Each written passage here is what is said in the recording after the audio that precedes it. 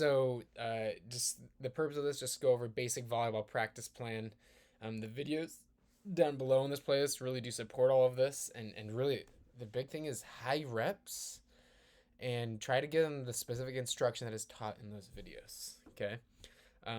You can always do ball and me drills, but we'll talk about this for a second. But really, the best thing is partner drills. Okay.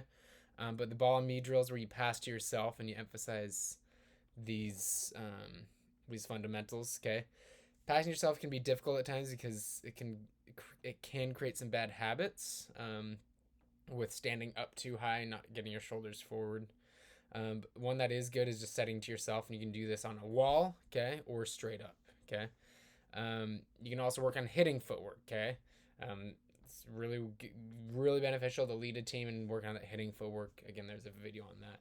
One of the most effective things you can do is just get them with a partner passing or setting or hitting back and forth, okay. Get them to do a good toss where it's between their legs, two-handed up, and toss if they're passing towards their platform, if they're setting towards their forehead.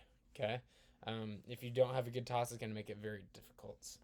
I definitely like focusing, especially at the beginning of the season and depending on skill level. Don't have them try to pass back and forth. It's just going to get too chaotic. Just one toss, pass back, catch. Toss, pass back, catch. Toss, pass back. Okay. Do 10 at a time, then switch. And then down the road, or after you've done that, then have them try to do consecutive passes. Similar idea with setting. Okay. You can, with a partner, you can get to hitting, okay, where they toss themselves, point their feet sideways, offhand high, and then swing through after they've done that bow and arrow. Okay.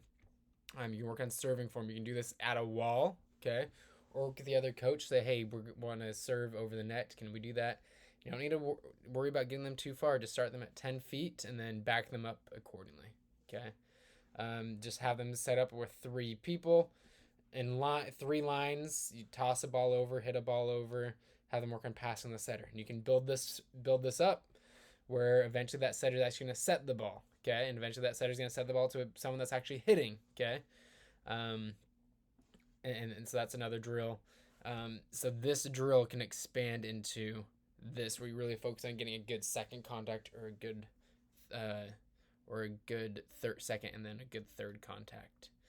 You can also adjust it so that you focus on the second contact, that set only. So you would make sure that you are tossing to the setter, and then the setter is setting it to the hitter who's catching it over there, and they rotate through to the setter. Okay, or you can focus on the third contact by you're the setter, so you're gonna toss the ball to the hitter that goes up and hits the ball over the net. Okay. Remember, as they're hitting, you want to emphasize that once they start their three-step approach, you start your toss, and you tell them you don't start jumping until that ball is coming down. The closer you want it to only be about 5 to 8 feet away from where they're going to be jumping from. You don't want to be tossing it from 20 feet away. It makes it for a much harder, more difficult toss to hit. So lots of videos below to really lead out a good practice plan, and there should be staff there to assist you as well as needed.